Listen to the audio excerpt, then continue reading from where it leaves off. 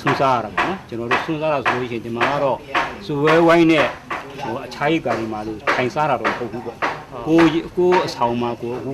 အဘဆိုလို့ရှိရင်ရန်ကုန်ဆောင်မှာပေါ့နော်ရန်ကုန်ဆောင်မှာဆိုရန်ကုန်ဆောင်မှာလူပေါင်း30ရှိတယ်30အတွက်ကိုဒီကပုံးနေနေဗာလေဝေယဝိဆာစီမံဌာနကနေသူပြီးဖို့ဌာနပေးလိုက်ကြပေါ့နော်အဲ့ဒါကိုအဆောင်မှာကိုပြန်ပြီးမှဝေချမ်းကြီးမှစားကြအဲ့ဒီအနေထားမျိုးပဲဒီမှာကတော့အခြားရေးကာလို့သပွဲထဲမှာထိုင်မှအေးဆေးစားတာမျိုးမဟုတ်ဘူးပေါ့နော်အဲ့ချီတော့စီစဉ်နေလို့ဒီမှာကတော့အခြေအနေအဲ့ဒီတော့ဒီကနာတရားများတိဖို့လိုတယ်နားလည်ဖို့လိုတယ်နားလည်ရမယ်သိရမယ်ဒီသဘောလေးတွေပေါ့နော်အဲ့ဒီဘောလေးရှိတယ်ခုနဆိုလို့ရှိရင်အခုဆိုလို့ရှိရင်ဆရာတော်ကနောက်ဆုံးအခုသုံးထားတဲ့စကားတွေကဟိုတုန်းကလည်းမတူဘူးဟိုတုန်းကဖြစ်ယုံလေးပဲဖြစ်မှုတက်ကလေးပဲလို့ဟောတဲ့တရားကိုအခုဆိုလို့ရှိရင်တော့ကျွန်တော်ကစွန့်အရာရာကိုစွန့်ပြရဝမ်းသာတာလည်းစွန့်ပြရဝမ်းနေတာလည်းစွန့်ပြရမယ်အကုန်ပေါ့နော်အဲ့ဒါကမှစွန့်ပြီးမှလုတ်တော်မှပိုးမှကိုမှရောက်တယ်ဟိုပေါ့မစွန့်ဘူးဆိုလို့ရှိရင်ကျွန်တော်တို့ကိလေသာကပါနေတယ်စအရာမှာပေါ့ငါတရားထိုင်လို့ကောင်းလိုက်တာဆိုကိလေသာပါသွားပြီဆိုတဲ့ခါကျတော့အဲ့လိုဟာမျိုးတွေကိလေသာမုတ်ကုတ်ဆရာတော်ဘုရားကြီးခေါ်ထားလို့ပေါ့နော်ကိလေသာဂျာညမညက်လို့ရှိရင်တဲ့မနေ့အားထုတ်ရညနေဒါပိဿာပြီးရဆိုတဲ့ဘောမျိုးပေါ့နော်ဆိုတော့အဲ့ဒီခုနပြောလို့ပေါ့ကျွန်တော်တို့ကအဘတို့ကလည်းဟိုတုန်းကတော့ဒါဒီနားမလည်ခဲ့ဘူးစွန့်နေဆိုတော့ဟာဟိုတရားကိုနားမလည်ခဲ့ဘူးအခုမှဆရာတော်ကဒီဆိုနောက်ဆုံးတရားဟောတဲ့ခါကျတော့အမှန်တန်ဖို့ရှိတယ်ဟုတ်တယ်တရားထိုင်တဲ့ခါမှာဘာပဲရှိပေါ့ငါတရားထိုင်နေတယ်ဆိုတာကကိလေသာပါနေဘူးဆိုတဲ့ခါကျတော့ဒီဥစ္စာလေးတွေနဲ့စွန့်ရင်မှလုတ်သွားတဲ့ခါကျတော့ကိလေသာကဒီမှာတော်တော်လေးကိုပါတာပေါ့နော်အဲဒီသဘောလေးတွေပေါ့လူရဲ့စိတ်ဆိုတာကမျိုးသွားနေတာကိုသွားနေတဲ့ဥစ္စာကိုလည်းကိုယ်စွန့်ရမှာဘယ်သွားဟိုနေရာဒီနေရာတရားမှမရှိဘူးလျှောက်သွားနေဆိုလဲအဲ့တော့ပြန်စွန့်မှပြန်ပြီးမှစွန့်ကြည့်ပြလောက်ရတယ်သဘောနှစ်ကောင်းပါလား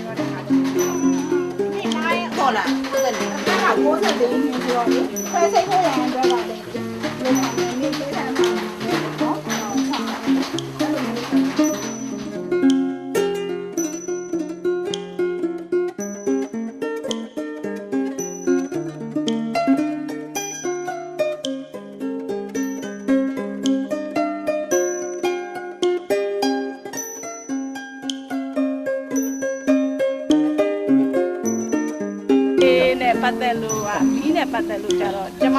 စစ်ပဲအင်ဂျင်နီယာပေါ့မျိုးသား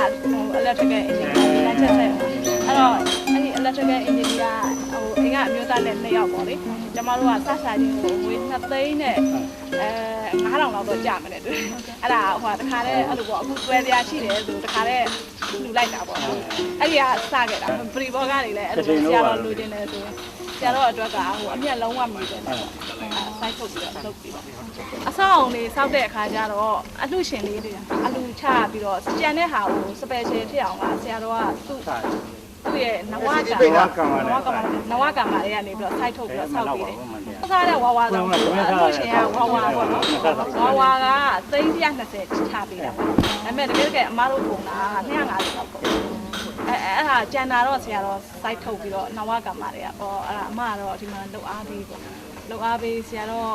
ဟိုပေါ့ဒီဇိုင်းနဲ့အမ structure ပေါ့ structure ဘိုင်းက အမတာဝန်ယူပေးတယ်ဒီအဆောက်အုံတွေကိုဘလို့ပုံဆောက်ချင်လဲပေါ့ယောဂီတွေအဓိကယောဂီတွေနေလို့ထိုင်လို့အဆင်ပြေအောင်ပေါ့နေဝင်လေထွက်ကောင်းအောင်ပြီးလို့ရှိရင်သူတို့ယောဂီနေရထိုင်ရတာအဆင်ပြေအောင်ပေါ့ဥပမာအပြင်တချို့နေရာတွေကဟိုလှေကားတွေကို step လုပ်ဖ ೇನೆ slope လုပ်ပေးထားတာလေအဲ့ဒါမျိုးလေးပုံစံမျိုးဆရာတော်ရဲ့ဒီဇိုင်းနဲ့အမ structure ဘိုင်းတာဝန်ယူပြီးဆောက်ပေးတာအဲ့ဒါဟိုရေကူးကဏ္ဍမှာတစ်လုံးဟုတ်ပြီနောက်တစ်ခါကျတော့ဟိုအဲ့လိုဟိုဒေါက်တာဆောင်ကို extension တစ်လုံးနောက်ခါကျဒီကပေါ်တာဆောင်တစ်လုံးနောက်ခါကျတော့ဟိုစံကြောင်းအဟောင်းလေစံကြောင်းအဟောင်းကတစ်လုံးနောက်မီးဖို့ဆောင်လေစောက်နေတာအဲ့ဒါတစ်လုံးခုဆောက်လက်စဟိုအဆောင်ကလေဝါတော့ထဲမှာကိုရီးယားဆောင်လို့နာမည်ပေးထားတာအဲ့ဒါတစ်လုံးနောက်ခါဒီဒါကပေါ်တာဆောင်အခုမြင်ရတာတော့ပေါ်တာဆောင်ပေါ့နော်အဲ့ပေါ်တာဆောင်ကတစ်လုံးဆရာတော်စံကြောင်းအဟောင်းဟိုနားလေးမှာဟိုပေါ့နှစ်ထပ်ခွဲပေါ့အဲ့ဒါလေဟိုနားမှာမြေအောက်ခန်းတစ်ထပ်ပါတယ်အဲ့ဒါကတစ်လုံးမိဖို့ဆောင်ကတစ်လုံးနောက်ဖောင်ဒေးရှင်းချထားတာတွေကလည်းရှိသေးတယ်ရှင်ဒါကြောင့်ဘာသာနာပါလောကဌာနပဲအမကလောကဌာနတယ်မဟုတ်ဘူးလေးသေးပါဆရာတော်လူတွေပြောပြီးပေါ့ငယ်လုံးနဲ့အတူတူပါဝိုင်းပြီးတော့အမပေါ့ကိုတက်နေတယ်တအားလေးပေါ့ဟုတ်တဲ့ချက်တယ်လို့ပြောတာ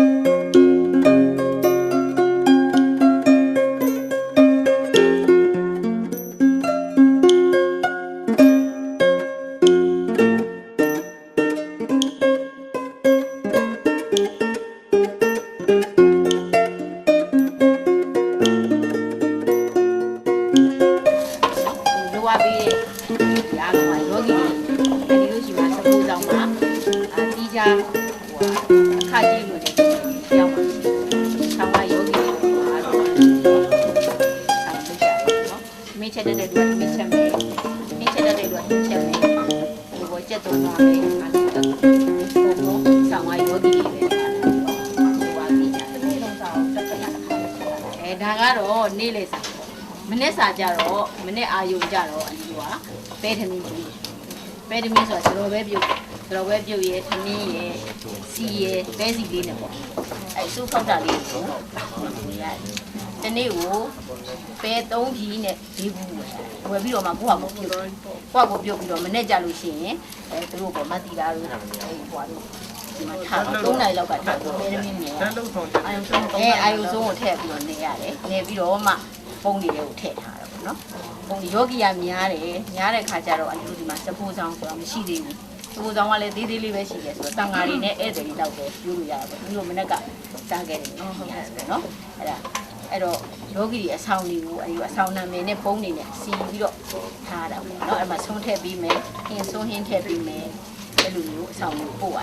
တယ်ပဲတမင်းလည်းလိုပဲပေါ့မနေ့ပဲတမင်းကြတော့လည်းအဆောင်ကိုစီထားပြီးရင်ဆရာတော်ကမနေ့ဆိုတော့တရားဟောတယ်တရားဟောပြီးတရားဖြုတ်တော့မှဆရာတော်လည်းအာရုံစိုးစားတယ်ယောဂီတွေအားလုံးလည်းပဲတမင်းစားတယ်ဟိုအလူရှင်ရှိတဲ့နေ့ဆိုလို့ရှိရင်တော့မိုးရင်းငါတို့ခောက်ဆွဲလို့ပေါ့အဲ့နေ့ဆိုလို့ရှိရင်တော့တရားယောဂီတွေမိုးခောက်ဆွဲလို့မိုးရင်းငါစားတယ်ကျန်တဲ့နေ့ပုံမှန်တော့တစ်ခါတည်းဆံမျိုးတက်သားဆံမျိုးယူတိုက်တယ်အဲ့ပဲတမင်းအဲ့ဒါတက်နှက်ကြည့်တာပေါ့နေ့လေစားကြရင်တော့သူကအဲ့ဒါတော့အများကြီးပေါ့ပုံထားတာပေါ့နေ့ချက်ရတာပေါ့နေ့လေစားဆိုရင်မနေ့ကဆိုအဒီစီပြန်ထားတာအာလူနှံမယ်စီမတော့ဒီလိုအာလူကမော်ရသေးတယ်အာလူနှံလေခင်းညိုလေးတစ်ပတ်နေပေါ့အဒီစီပြန်နေနေ့လေစားကြရင်တော့ကတော့အများကြီးချက်ရတယ်နေ့လေစားတဲ့ခါလေးကြရင်မနေ့ဆရာတော်ကမျိုးလုံးဆုံးခံကြွားတယ်ဆုံးခံကြွားအဲ့ရဆုံးဟင်းတွေပါလာတယ်ဆုံးနေပါလာတယ်ဆုံးဟင်းတွေပါလာတယ်အဲ့ဒါကြီးကိုအလီကဒီမှာကြောကြည့်ကိုညတာအောင်အစီအစဉ်လေးအဲ့ဒါအဲ့ဒီအတွက်လေဆုံးကနေနေပေါ့ဖြစ်တယ်ထောက်ပါအများကြီးရတာပေါ့ဖြစ်တာဆိုကြတယ်ညစာရောချတယ်ညစာကြတော့အလီတို့ကတော့မချက်ဘူးဆိုတော့ဒါပေမဲ့နေ့လေတွေကညစာပါတခါလေထမင်းတွေပါညစာပေါင်းထားတာပေါ့ဂီလာနာယောဂီတွေတချို့ဒီမှာကျတော့အလီတို့ကရှားရိတ်တာလည်းမတူဘူးလေဒီမမာကြီးရှိတယ်ဒီမကောင်းနေသူကဆေးသားဝါဟုတ်တယ်ဆေးသားဝါတဲ့ခါကျတော့စားစရာလူတာပေါ့အဲ့ဒီကကျတော့သူကအလီတို့ဒီကထမင်းဘုံပို့လိုက်တဲ့ထမင်းလေးတွေသူကယူနေ့လေးမနေ့တည်းကယူထားကြတယ်ယူထားပြီးတော့အဆင်ပြေအောင်ညနေစာစားတယ်တိတ်ပြီးတော့ကျမ်းမာရေးချိုးတက်နေတဲ့လာနာတွေကြတော့အလီတို့ကဒီကခောက်ဆဲကြောက်ကိုဆရာတော်မနေ့တန်းစွန်းရလာတဲ့အလှူရလာတဲ့ဟာတွေပေါ့နော်ခောက်ဆဲကြောက်ကိုနောက်ပူကာအုပ်တို့နော်ဒီမုံတွေပေါ့အဲ့ဒါတွေအလီတို့ကဒီကပန်းပုံးပြီးယောဂီတွေကတော့ဒီမှာ7ပါးသီလရေယူရမှာမဟုတ်ဘူးကျမ်းမာရေးထိုးတဲ့လူတွေက9ပါးသီလနဲ့လုပ်လို့ရတယ်ညနေစာပို့စီတယ်ညနေဒီမှာအလုပ်သမားတွေရှိတယ်ဝန်ထမ်းကတော့ဒီမှာရှိပေမဲ့စောက်လို့ရေးဝန်ထမ်းတွေရှိတယ်ပြန်တို့လက်သမားတွေပေါ့နော်အဲ့ဒီစောက်လို့ရေးဝန်ထမ်းတွေကလည်း80လောက်ရှိတယ်သူတို့တွေကညနေစာကြည့်ရညနေစာလည်းသူတို့ကိုအဆင်ပြေလို့စီတယ်အဲ့မှာသူတို့ကနေပြီးတော့သူဒေတာထွက်တယ်အသီးနှံတို့နောက်တော့ပဲပြောတို့ပေါ်နေတို့အချို့ချင်းပွဲလေးပါလေးပေါ့လေဒါတအားနဲ့တော့ထက်တဲ့တာနဲ့တော့လောင်းလို့ကြတယ်အဲ့လိုလောင်းလို့ရင်းနဲ့ပဲနောက်ဆုံးဒီဘိုးထောင်နေမြရတဲ့ကပင့်တယ်ပေါ့နော်ပင့်တဲ့ခါကျတော့ဘိုးထောင်နေမြမှာလည်းသွားပြီးတော့ထောက်ခံတယ်ဆိုတော့ဘာလို့ကဆရာတော်ဘုရားတရားပွဲပြီးတယ်9နိုင်ပဲ10နိုင်ပဲမှာတရားပွဲပြီး9နိုင်လဲကြာအောင်မော်တော်ကားကြီး2စီးနဲ့ဒီကနေကြွမော်တော်ကားတစ်စီးမှာဆိုနေကတန်ကအနည်းဆုံး10ပါးပါတယ်နောက်တစ်ခါဝေယဝဇ္ဇအဲ့မှာဆွမ်းနာလိုက်တဲ့ဟိုတယ်မှာယောဂီယောက်ျားတွေရောမိန်းကလေးတွေရောပါတယ်နောက်ကဆရာတော်ပါတယ်နောက်ကအဘပါတယ်အဘတော်ငွေကလားကြိုင်တာပေါ့လေအဲ့နဲ့ဟိုဘိုးတော်မျိုးနဲ့ကြတော့တင်းတင်းကုန်နေမှာဟိုနေပေါ့45လမ်း46လမ်း49လမ်း48လမ်းပုံမြတ်ထွန်းလမ်းဘက်ကိုဆောက်ကကျွတ်ဟုတ်တင်းတင်းလာနေကြတော့ဘိုးလေးအောက်ဘက်ကနောက်တစ်ခါလာလာမျိုးနဲ့ဟိုလေကြွားပြရတယ်အင်္ဂါနေ့ကြတော့လေဘယ်ဘက်ကို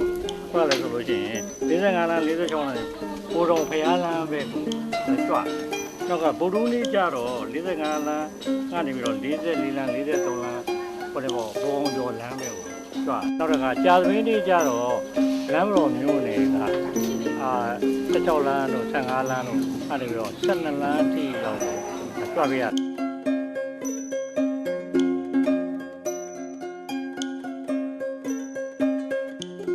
တောက်ကြနေကြတော့လည်းပဲ10လမ်းကနေပြီးတော့10လမ်းထိပေါ့ဟုတ်ကဲ့နောက်ကမော်ဒယ်လမ်းလို့ပါတော့ပါတော့ဟုတ်ကဲ့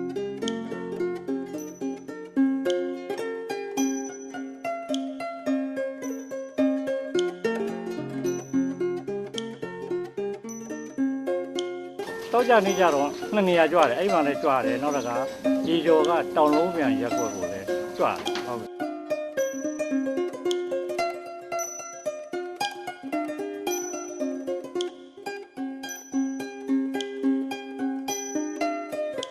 အဲ့လိုကြွားတဲ့နေရာတိုင်းမှာဆိုလို့ရှိရင်ခုနပြောတဲ့ဆွန်းရင်းနေနောက်အသီးနှံတွေနောက်တစ်ခါဟိုပေါ့ပက်ကင်ပိတ်ပေါ့နော်အဲ့ကော်ဖီမစ်တို့ဘာတို့အဲ့ဒီဟိုနေနေရောခောက်ဆွဲတို့ဘာလို့အဲ့ဒါတွေကလည်းပဲကားပေါ်မှာအပြည့်ကိုလို့တင်ရတရားပြီးတော့မှအဲ့လို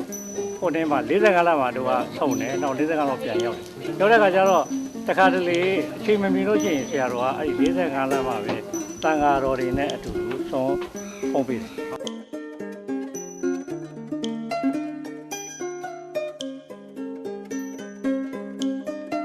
အဲ့မှာလိုက်သွားတဲ့အဲ့မှာဟိုနည်းတော့ယောဂီတွေကိုအဲ့မှာဆောစားတယ်ပြီးတော့မှအဲ့မှာတရားလာပြီးတော့မှတ်တယ်အပြင်ကယောဂီတွေကိုလည်းပဲအဲ့မှာအကုန်လုံးဟိုဆုံးတွေ့တယ်ဟုတ်ကဲ့ပြီးတော့မှအဲ့ရနေပြီးတော့ပိုးရာတွေကိုတခါတည်းအဲ့မှာကားရဲနဲ့ပေါ့နော်ဒီခုနဲ့ကိုပို့ပြီဒီတန်ရင်သဘာဝတရားရည်တာကိုပို့အဲ့တော့ပို့ပြီးတော့အဲ့ကြတော့ခုနှစ်လောက်ရှိတာပေါ့နော်ဟိုလူ100ကျော်လောက်ကိုအဲ့ဒါခုနှစ်ပြလို့ရတယ်ပတ်မိုးပေးတာပေါ့စနေနေ့ကျတော့လည်းပဲ45လမ်း46လမ်း48လမ်းလမ်းတို့လေးရန်ကုန်မှာကြွတယ်နော်အဲဘော်တော်မျိုးနေရဲ့တွင်းကြံတဲ့ချက်ွက်ကလေးကြွကြွပြီးတော့မှစနေနေ့မှာတန်လင်ကရေနံချက်ဆက်ယုံကဝန်ထမ်းအိမ်ယာကိုသာကြွပြရ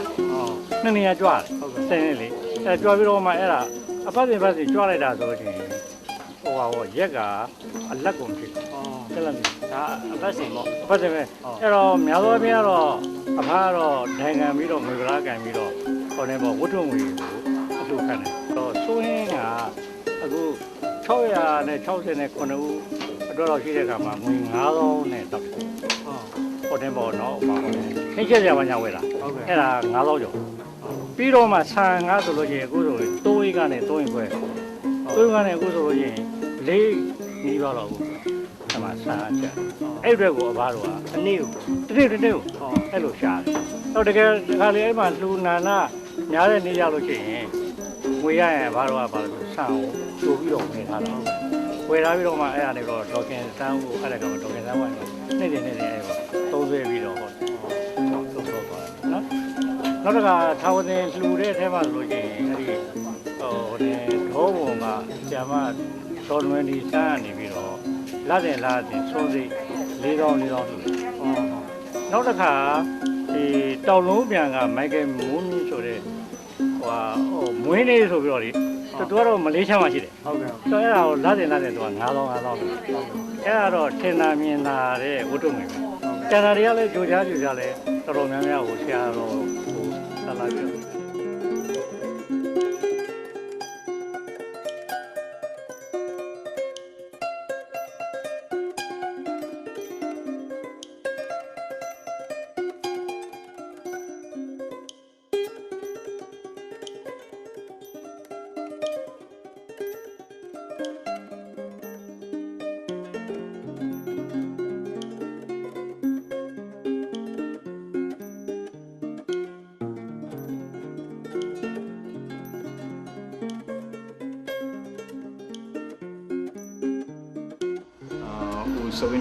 Yes. Who told me to come here to complete my Vipassana studies and my Vipassana practice. Yes.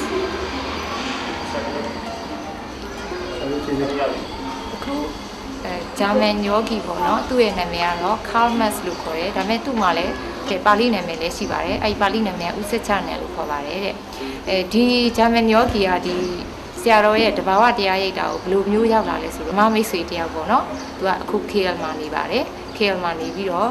ဒါပေမဲ့သူကမြန်မာပြည်ကပေါ့နော်အရင်ကမြန်မာပြည်ကအခုကတော့ KL မှာနေပြီးအလုပ်လုပ်နေတယ်သူ့ရဲ့အကြံပေးမှုကြောင့်နဲ့သူ့ရဲ့ recommendation ကြောင့်သူကဒီဆရာတော်ရဲ့တဘာဝတရားရိပ်တာအကြောင်းသိလာပြီးတော့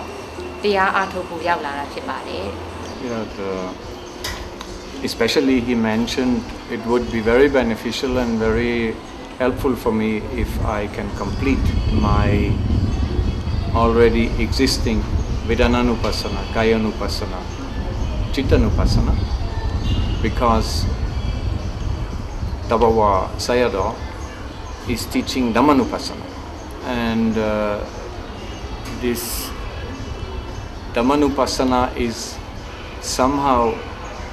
like a completion of all the Vipassana studies I have done, all the Vipassana practices I have done. I have done a long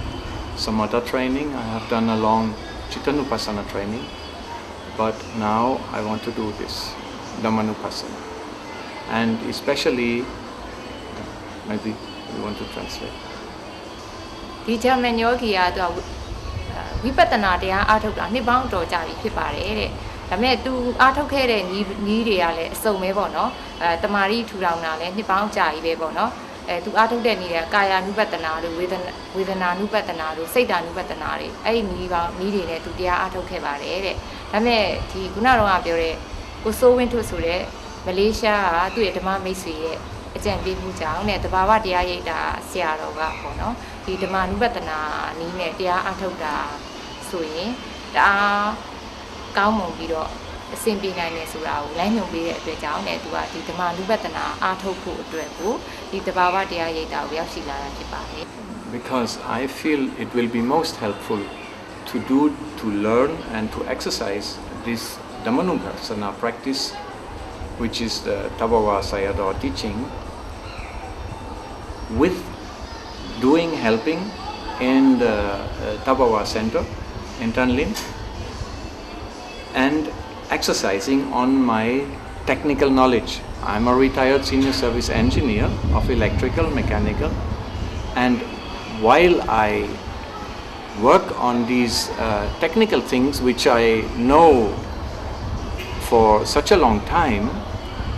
and now I exercise this same works which I know for so many years, I exercise with the meditative mind, then it becomes very meaningful. I can learn a lot of things which I did wrong, I can discard, I can get rid of. လူငယ်တဲ့နှစ်ပေါင်းအတော်ကြာပေါ့နော်သူအင်ဂျင်နီယာတယောက်ဖြစ်နေတဲ့သူပြီးခဲ့တဲ့ပညာတွေရှိခဲ့တယ်ပေါ့နော်အဲ့ဒီပညာတွေကိုအသုံးပြုပြီးတော့လည်းအခုဒီတဘာဝတရားရိပ်တာမှာပေါ့နော်သူတက်တက်လောက်ပေါ့နော်အသုံးချပြီးတော့တစ်ဖက်တစ်လမ်းကနေဆရာတော်ကိုလည်းသူကုညီနိုင်ပြီးတော့ဓမ္မနုပတနာတရားကိုလည်းသူကျင့်ကြံနိုင်လို့ရှိရင်တဲ့အများကြီးအကျိုးရှိမယ်လို့သူမျှော်လင့်ပါတယ် Especially if I can rely on my technical knowledge and apply it for a social work which accumulates a lot of positive karma, this is even a better result, because I will not only make progress in the meditation, I will not only get rid of wrong habits and wrong understandings, I will also, as a side effect, accumulate a lot of parami, I will do a lot of positive karma. So this is an excellent combination of life activity in a situation, learning meditation, exercising meditation, and doing good deeds. It is an excellent combination of not only exercising on the old habits and on the old wrong understandings, to get rid of old habits and wrong understandings, I can even do that in combination with doing good deeds. So there is a multiple benefit. It is not only clearing my mind, it is also accumulating positive karma. သူဒီလိုမျိုးတစ်ဖက်တစ်လမ်းอ่ะပေါ့နော်တရားလေးအားထုတ်နေဆရာဟိုစားပေါ့သူတက်ခဲ့တဲ့ပညာနဲ့လေပေါ့နော်တစ်ဖက်တစ်လမ်း technical ပညာတွေနဲ့လေစောက်လို့ရေးပါတယ်သူကူညီနိုင်လို့ရှိရင်တဲ့အကျိုးကအများကြီးရှိပဲပေါ့နော်ဒီငကိုတော့သူတိထားတဲ့အယူမှားတွေပေါ့နော်အထင်မြင်မှားတွေကိုလည်းသူဖယ်ထုတ်နိုင်ပြီးတော့ကောင်းမွန်တဲ့ကောင်းမှုကုသိုလ်တွေကိုလည်းသူများများပြုလုပ်နိုင်ပြီးတော့ကောင်းတဲ့အကျိုးတွေပို့ပြီးတော့ရရှိလာမယ်လို့သူပြောလင့်ပါတယ် I think the center is also a very excellent exercise ground because it is young, it is fresh, it is fresh growing. A lot of works have to be done, a lot of new structures are coming up, everything. The Sayadaw is not doing it in a totally traditional way. He has a lot of fresh ideas combining with even Western techniques and Western ways of doing things. So I think it will be an excellent exercise to not only learn meditation, not only accumulate positive karma, but to build up a social institute which is very much needed, because a lot of needy people, a lot of sick, ill people and handicapped people are needing help. ဒီလိုတဘာဝတရားရိပ်တာမှာသူအခုလိုကူညီပေးနေတာကအများကြီးအကျိုးရှိတယ်ပေါ့နော်။ဘာဖြစ်လဲဆိုတော့ဆရာတော်ရဲ့ဒီတဘာဝတရားရိပ်တာဆိုလို့ရှိရင်တဲ့မိဘမဲ့တွေတို့တက်ကြီးရွယ်အိုတွေတို့မတန်မဆွမ်းဖြစ်တဲ့သူတွေတို့ခိုးကိုရမဲ့တဲ့သူတွေအတွက်အားလုံးအတွက်လိုအပ်တဲ့နေရာလည်းဖြစ်တယ်။အဲဒါကြောင့်သူတို့တွေနေထိုင်မှုအတွက်စောက်လုပ်ရေးတွေလုပ်ငန်းတွေလည်းနေထိုင်မှုနေရာတွေလည်းနေရာထိုင်ခင်းတွေလည်းအများကြီးလို့တော့အဲ့လိုစောက်လုပ်ရေးတွေလုပ်ရတယ်ပေါ့နော်။အဲ့လိုစောက်လုပ်တဲ့အခါမှာတဲ့ဆရာတော်ကဒီပေါ့တမယိုးကြနီလန်းနေမကပေါ့နော်သူရဲ့စမ်းတစ်တဲ့အမြင်တွေပေါ့နော်အနောက်တိုင်းနဲ့ အနောက်တိုင်းပုံစံပေါ့နော်စမ်းတစ်တဲ့အမြင်အတွေးခေါ်တွေလည်းရှိပြီးတော့တိဆောက်နေတာဖြစ်ပါတယ်တဲ့အဲ့ဒါကိုသူကလည်းတစ်ဖက်တစ်လမ်းကနေပြီးတော့ကူညီပြီးတော့ပါဝင်လုပ်ကိုင်နိုင်တယ်ပေါ့နော်အဲ့ခါကြလို့ရှိရင်သူကကောင်းမှုကုသိုလ်တွေရရုံကမကပဲပေါ့နော်တရားလည်းအားထုတ်နိုင်တယ်တစ်ဖက်တစ်လမ်းကလည်းသူတက်နိုင်တယ်ဒီ technical ဘိုင်းကလည်းပဲကူညီပေးနိုင်တဲ့အတွက်အများကြီးကြိုးရှိမယ်လို့သူပြောနေပါတယ် I am very happy with it because in the next few days the Sayadaw and maybe also we may go with him, we may follow him to the north of Myanmar. The echo, the response in Myanmar is very good. A lot of people inviting him and want to open centers, and hopefully we will have also more international response, so other meditators from other countries will come and have a learning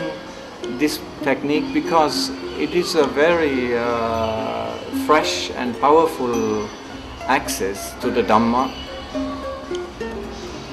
It is not purely relying on traditional Theravada understanding, but it is also the Sayadaw relies on his lineage, Mogok Sayadaw,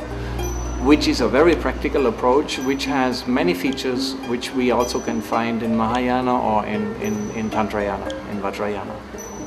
So it is a much more practical application